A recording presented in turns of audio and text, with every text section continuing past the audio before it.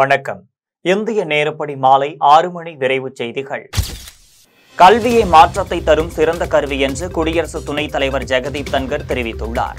உதகையில் தமிழ்நாடு ஆளுநர் RN ரவி தலைமையில் நடைபெற்ற பல்கலைக்கழக துணைவேந்தர் மாநாட்டை ஜெகதீப் தன்கர் தொடங்கி வைத்து உரையாற்றினார். அப்போது குருகுல கல்வி உன்னதமானது என்றும் அறிவும் கல்வியும் பெற விரும்பியோருக்கு அவற்றை இலவசமாக பெற்று தருவதற்கு குருகுல கல்வியில் வாய்ப்பு இருந்ததாகவும் அவர் தெரிவித்தார். தரமான கல்வியை அனைவருக்கும் கிடைக்க செய்வதே தேசிய முன்னுரிமையாக உள்ளதாகவும் ஜெகதீப் தன்கர் குறிப்பிட்டார். பாகிஸ்தானியரை அடையாளம் கண்டு அவர்களை திருப்பி அனுப்புவதை உறுதி செய்யும்படி அனைத்து மாநில முதலமைச்சர்களையும் மத்திய உள்துறை அமைச்சர் அமித்ஷா கேட்டுக் கொண்டுள்ளார்.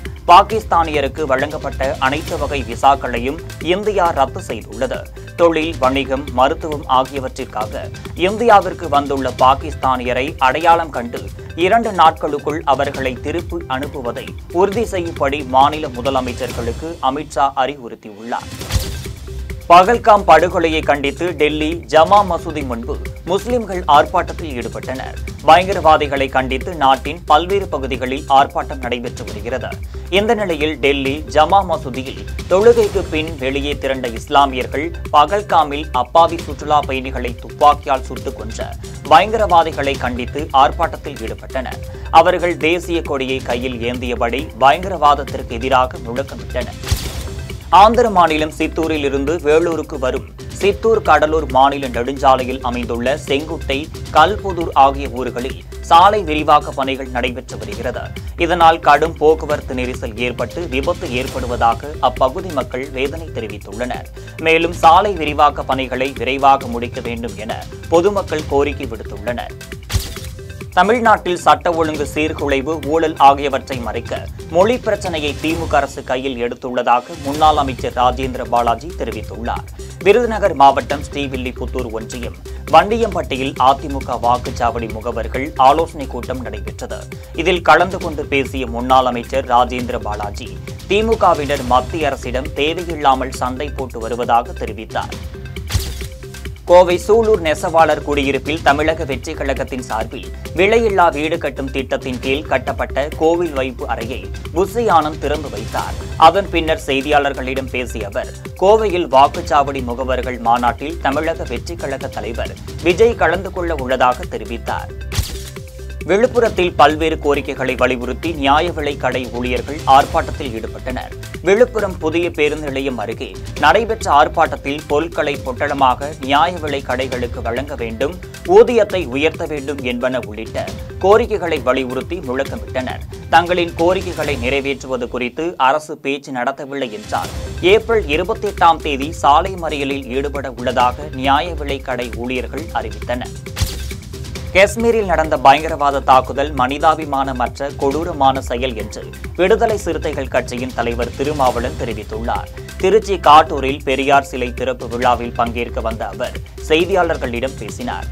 அப்போது பல்காம் படுகொலையை தடுக்க முடியாததற்காக உள்துறை அமைச்சர் அமித்ஷா பதவி விலக வேண்டும் என கூறியது ஆதங்கத்தின் வெளிப்பாடு என்று கூறினார். திருச்சி விமான நிலையத்தில் பாங்காக்கில் இருந்து கொழும்பு வழியாக வந்த விமானத்தில் பயணிகளிடம் சுங்கத்துறை அதிகாரிகள் சோதனை நடத்தினர். அப்போது ஒருவர் 10 கிலோ கஞ்சாவை கடத்தி வந்தது தெரியவந்தது. இதையடுத்து அவரை சுங்கத்துறை அதிகாரிகள் கைது செய்து கஞ்சாவை பறிமுதல் செய்தனர். இந்தியாவில் இதன் மதிப்பு 10 கோடி ரூபாய் என சுங்கத்துறையினர் தெரிவித்தனர். தேனி மாவட்டம் கன்னிசேர்வைப்பட்டியில் உள்ள கருப்பசாமி கோவிலின் சுற்றுச்சுவர் அரசு நத்தம் புறம்போக்கில் இருப்பதாக கூறி வந்த புகாரை தொடர்ந்து ஆக்கிரமிப்பை அகற்ற அதிகாரிகள் முற்பட்டனர். இதற்கு எதிர்ப்பு தெரிவித்து பொதுமக்கள் மற்றும் அகில இந்திய பார்வர்ட் பிளாக் கட்சியினர் கோவில் முன்பு அமர்ந்து ஆர்ப்பாட்டத்தில் ஈடுபட்டனர்.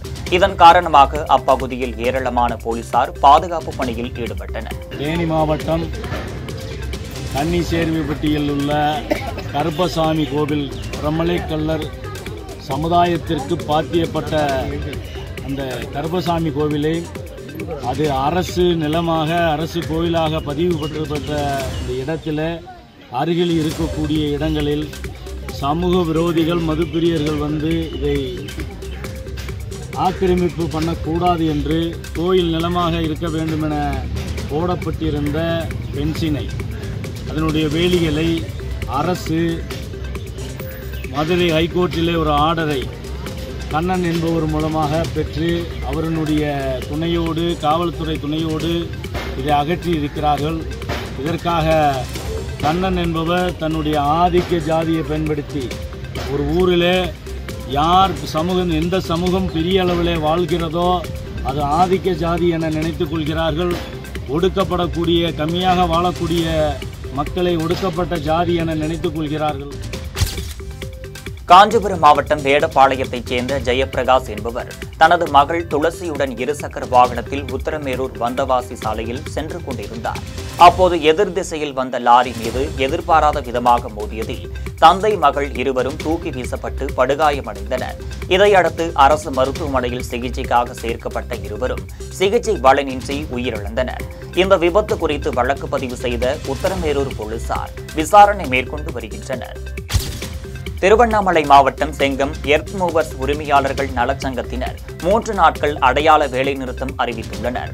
புதிய வாகனங்கள் விலை உயர்வு, உதிரி பாகங்கள் விலை உயர்வு, பெட்ரோல் டீசல் விலை உயர்வு ஆகியவற்றை கண்டித்து செங்கம் திருவள்ளூர் நகர் இரட்டை பாலம் அருகே ஆர்ப்பாட்டத்தில் ஈடுபட்டனர். ஜேசிபி எர்த் மூவர்ஸ் உரிமையாளர்கள் தங்கள் வாகனங்களுடன் வேலைநிறுத்த போராட்டத்தில் ஈடுபட்டனர். சாம்சங் நிறுவனம் தமிழ்நாட்டில் மேலும் 1000 கோடி ரூபாய் முதலீடு செய்ய உள்ளதாக தொழில்துறை அமைச்சர் டிஆர்பி ராஜா தெரிவித்துள்ளார். அதிமுக ஆட்சியில் கியான் நிறுவனம் தமிழ்நாட்டிற்கு தொழில் தொடங்க வராமல் வேறு மாநிலத்திற்கு சென்றது போல் தாங்கள் போக மாட்டோம் என்று சாம்சங் நிறுவனம் உறுதியளித்துள்ளதாக சட்டப்பேரவையில் தொழில்துறை அமைச்சர் டிஆர்பி ராஜா தெரிவித்துள்ளார். உத்தரப்பிரதேச மாநிலம் பைரட்ஸ் மாவட்டம் அரிசி ஆலையின் எந்திரத்தில் கரும்புகை வந்துள்ளது. இதையடுத்து அப்பகுதிக்கு சென்று பார்த்த தொழிலாளர்கள் 8 பேர் மயங்கி விழுந்துள்ளனர். இதுகுறித்து சக ஊழியர்கள் அளித்த தகவலின் பேரில் வந்த தீயணைப்பு துறையினர் மற்றும் போலீசார் அனைவரையும் மீட்டு மருத்துவமனையில் அனுமதித்தனர். அங்கு அவர்களை பரிசோதித்த மருத்துவர்கள் ஏற்கனவே 5 பேர் உயிரிழந்துவிட்டதாக அறிவித்தனர். மேலும் 3 பேருக்கு தீவிர சிகிச்சை அளிக்கப்பட்டு வருகிறது. தஞ்சாவூர் மாவட்டம் கும்பகோணத்தில் கஞ்சா விற்கப்படுவதாக காவல் நிலையத்திற்கு தகவல் கிடைத்தது. இதையடுத்து கொட்டையூரில் வாகன தணிக்கையில் ஈடுபட்ட போலீசார் ஒரு காரை சோதனையிட்டனர். அப்போது அந்த காரில் 560 கிலோ புகையிலை பொருட்கள் இருப்பதை கண்டறிந்து அதை பறிமுதல் செய்தனர். கடத்தலுக்கு பயன்படுத்தப்பட்ட கார், கடத்தல்காரர்களின் 3 செல்போன்கள் ஆகியவற்றையும் போலீசார் பறிமுதல் செய்தனர். புகையிலை பொருட்களை கடத்தி வந்த மன்மோகித் வைஷ்ணவ், ரோனா சிங், பிரகாஷ் ஆகிய மூவரையும் கைது செய்து விசாரணை மேற்கொண்டு வருகின்றனர். திருவண்ணாமலை மாவட்டம் ஆரணியில் புதிதாக 4 பேருந்துகளை நாடாளுமன்ற உறுப்பினர் தரணிவேந்தன் கொடியசைத்து தொடங்கி வைத்தார். ஆரணியில் இருந்து சென்னைக்கு செல்லும் 2 பேருந்துகள் உட்பட 4 பேருந்துகளை அவர் தொடங்கி வைத்தார். இந்த நிகழ்ச்சியில் அரசு அதிகாரிகள், திமுக நிர்வாகிகள், பொதுமக்கள் என பலரும் கலந்து கொண்டனர். திருவண்ணாமலையில் பல கடைகளில் மாம்பழத்தை செயற்கை முறையில் கல் வைத்து பழுக்க வைத்ததாக உணவு பாதுகாப்பு துறைக்கு தகவல் கிடைத்தது. இதையடுத்து 12 பேர் கொண்ட குழுவினர் தேரடி வீதி உள்ளிட்ட பகுதிகளில் சோதனை மேற்கொண்டதில் வேதிப் பொருட்களை பயன்படுத்தி மாம்பழங்களை பழுக்க வைத்தது தெரியவந்தது. இதையடுத்து 1 லட்சம் ரூபாய் மதிப்பிலான 1.25 டன் மாம்பழங்களை பறிமுதல் செய்து அளித்தனர். செயற்கை கல் வைத்து பழங்களை பழுக்க வைத்ததால் அபராதம் விதிப்பதுடன் கடையின் உரிமம் ரத்து செய்யப்படும் என்று எச்சரிக்கை விடுத்துச் சென்றனர். திருவாரூர் மாவட்டம் வலங்கைமான் அருகே சாத்தனூர் வீரபத்திர கோவிலில் சித்திரை திருவிழா நடைபெற்றது. சிறப்பு மலர் அலங்காரத்துடன் வீரபத்திர சாமி முக்கிய வீதிகள் வழியாக மேளதாளங்கள் முழங்க ஊர்வலமாக எடுத்து செல்லப்பட்டார்.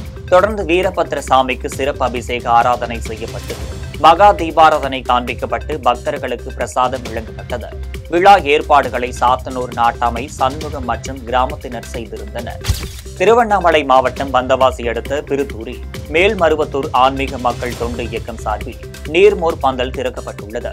இயக்கத்தின் பொறுப்பாளர் சதீஷ்குமார் தலைமையில் நடைபெற்ற நிகழ்ச்சியில் கேழ்வரகு கூழ், தர்பூசணி பழம், மோர் ஆகியவற்றை பொதுமக்களுக்கு வழங்கினர். இதில் கிராம நிர்வாக அலுவலர் பன்னீர்செல்வம், உதவியாளர் ரமேஷ் உட்பட பலரும் கலந்து கொண்டனர். தஞ்சாவூர் மாவட்டம் கும்பகோணம் பெரியநாயகி சமேத நாகேஸ்வர சுவாமி திருக்கோவிலில் சூரியத்தன் ஒளிக்கதிர்களால் இறைவனை வழிபடும் சூரிய பூஜை சிறப்பாக நடைபெற்றது. தொடர்ந்து நாகேஸ்வர சுவாமிக்கு பெரியநாயகி, நடராஜ பெருமாள் மற்றும் சூரிய பகவானுக்கு சிறப்பு அலங்காரம் செய்யப்பட்டது. இதில் ஏராளமான பக்தர்கள் கலந்து கொண்டு சுவாமி தரிசனம் செய்தனர். காரைக்கால் மாவட்டம் திருநள்ளாற்றில் தர்பானேஸ்வரர் சுவாமி கோவில் திருவிழாவையொட்டி பந்தர்கால் நடும் நிகழ்ச்சி நடைபெற்றது. கொடிமரத்து விநாயகர் மற்றும் பந்தர்கால்களுக்கு திரவிய பொடி, மஞ்சள், பால், சந்தனம் ஆகியவற்றால் சிறப்பு அபிஷேகம் செய்யப்பட்டது. அதனைத் தொடர்ந்து மகா தீபார்த்தனை காட்டப்பட்டு பந்தர்கால்கள் ஊன்றும் நிகழ்ச்சி நடந்தது. இதில் திரளான பக்தர்கள் கலந்து கொண்டு சாமி தரிசனம் செய்தனர். கன்னியாகுமரி மாவட்டம் நாகர்கோவில் அருகே உலக சாதனை முயற்சியாக 11 இளவட்ட கற்களை ஒருவர் ஒன்றன் பின் ஒன்றாக ஒரே நேரத்தில் தூக்கி சாதனை படைத்துள்ளார். இந்த சாதனையை செய்த கண்ணன் என்பவருக்கு இரும்பு மனிதன் என்கின்ற பட்டம் வழங்கப்பட்டுள்ளது. தனியார் கல்லூரியில் நடைபெற்ற சாதனை நிகழ்ச்சியை கல்லூரி மாணவ மாணவிகள் கண்டுகளித்ததுடன் கரகோஷங்களை எழுப்பி ஊக்கப்படுத்தினர். தஞ்சை ஆட்சியர் அலுவலகத்தில் தலையில் மஞ்சள் பையை அணிந்து கொண்டு விவசாயிகள் போராட்டத்தில் ஈடுபட்டனர். ஆட்சியர் பிரியங்கா பங்கஜம் தலைமையில் நடைபெற்ற குறைதீர் கூட்டத்தில் வேளாண் துறை, பொதுப்பணித்துறை, மின்சாரத்துறை உள்ளிட்ட பல்வேறு துறை அதிகாரிகளும் விவசாய சங்க பிரதிநிதிகளும் கலந்து கொண்டனர். அப்போது வேளாண் கடன்களை முழுமையாக தள்ளுபடி செய்ய வேண்டும் என்று அவர்கள் வலியுறுத்தினர். தூத்துக்குடி விமான நிலையத்தில் பாதுகாப்பு நடவடிக்கைகள் குறித்து ஒத்திகை நடைபெற்றது. தீவிரவாதிகளால் விமானம் கடத்தப்பட்டால் எவ்வாறு கடத்தலை முறியடிப்பது, பயணிகளை எவ்விதம் பாதுகாப்பாக வெளியேற்றுவது என்பது குறித்த ஒத்திகை நிகழ்ச்சி நடைபெற்றது. இதில் மாவட்ட ஆட்சியர் இளம் பகவத், மாவட்ட காவல் கண்காணிப்பாளர் ஆல்பர்ட் ஜான், விமான நிலைய இயக்குநர் பிரான்சிஸ் சேவியர் உட்பட விமான நிலைய ஊழியர்கள், தீயணைப்பு வீரர்கள் ஆகியோர் பங்கேற்றனர். திருவள்ளூர் மாவட்டம் திருவேற்காட்டில் பொது இடங்களில் நிறுவப்பட்டிருந்த அரசியல் கட்சிகளின் கொடி கம்பங்கள், கல்வெட்டுகள் அதிரடியாக அகற்றப்பட்டன. திருவேற்காடு நகராட்சியில் திமுக, அதிமுக, காங்கிரஸ், பாஜக உள்ளிட்ட அரசியல் கட்சிகளின் கொடி கம்பங்கள், கல்வெட்டுகள் நகராட்சி ஆணையர் தட்சிணாமூர்த்தி, நகர அமைப்பு ஆய்வாளர் சங்கர் தலைமையில் ஜேசிபி மூலம் அகற்றப்பட்டனர். நெடுஞ்சாலைகள், உள்ளாட்சித் துறைக்கு சொந்தமான இடங்களில் அமைக்கப்பட்டுள்ள அனைத்து கொடி கம்பங்களையும் அகற்ற வேண்டும் என உயர்நீதிமன்றம் உத்தரவிட்டிருந்தது. மதுரை மாநகர காவல் ஆணையாளர் லோகநாதன் தலைமையில் 500 காவலர்களுக்கு தலைக்கவசம் வழங்கப்பட்டது. எலிக்சர் பவுண்டேஷன் மற்றும் ட்ரூ ஹோம் ஃபைனான்ஸ் சார்பில் தமிழகம் முழுவதும் 12,000 ஹெல்மெட்டுகள் வழங்கப்பட்டன. மதுரையில் மட்டும் 3,000 ஹெல்மெட் வழங்க திட்டமிடப்பட்டுள்ளது. முதற்கட்டமாக ஊர்காவல் படையினர், போக்குவரத்து காவல்துறையினர் என காவலர்கள் 500 பேருக்கு தலைக்கவசம் வழங்கப்பட்டன. இந்த நிகழ்வில் காவல் துணை ஆணையர் Vanitha, true home finance Raghavan, elixir foundation Karthik உள்ளிட்டோர் பங்கேற்றனர். IPL கிரிக்கெட் போட்டி இந்தியாவின் பல்வேறு நகரங்களில் நடந்து வருகிறது. இந்த நிலையில் சென்னை சேப்பாக்கத்தில் உள்ள MA சிதம்பரம் விளையாட்டு அரங்கத்தில் இன்று இரவு 7:30 மணிக்கு நடைபெறும் 43வது லீக் ஆட்டத்தில் Chennai super Kings, Hyderabad Sunrisers அணிகள் மோதுகின்றன. இரு அணிகளுமே இதுவரை 8 ஆட்டங்களில் விளையாடி 2இல் மட்டும் வெற்றி பெற்றுள்ள நிலையில் புள்ளி பட்டியலில் ஹைதராபாத் அணி 9ஆம் இடத்திலும், சென்னை அணி 10ஆம் இடத்திலும் உள்ளன. சென்னை வானிலை ஆய்வு மையம் வெளியிட்டுள்ள அறிக்கையில் தென்னிந்திய பகுதிகளில் மேல் வளிமண்டல கீழடுக்கு பகுதிகளில் கிழக்கு மற்றும் மேற்கு திசை காற்று சந்திக்கும் பகுதி நிலவுவதாக குறிப்பிடப்பட்டுள்ளது. இதன் காரணமாக இன்று நாளையும் தமிழகத்தில் ஓரிரு இடங்களிலும், புதுச்சேரி, காரைக்கால் பகுதிகளிலும் இடி மின்னலுடன் கூடிய லேசானது முதல் மிதமான மழை பெய்யக்கூடும் என்று தெரிவித்துள்ளது. இன்று காலை 8:30 மணியுடன் முடிந்த 24 மணி நேரத்தில் அதிக அளவாக உதகமண்டலத்தில் 3 சென்டிமீட்டர் மழை பதிவாகியுள்ளது. இத்துடன் ஜெம் செய்திகள் நிறைவடைகின்றன. மீண்டும் செய்திகள் இன்று இரவு 8:30 மணிக்கு. செய்திகளை உடனுக்குடன் தெரிந்து கொள்ள gemlive.tv என்ற இணையதளத்தில் இணைந்திருங்கள். நன்றி, வணக்கம்.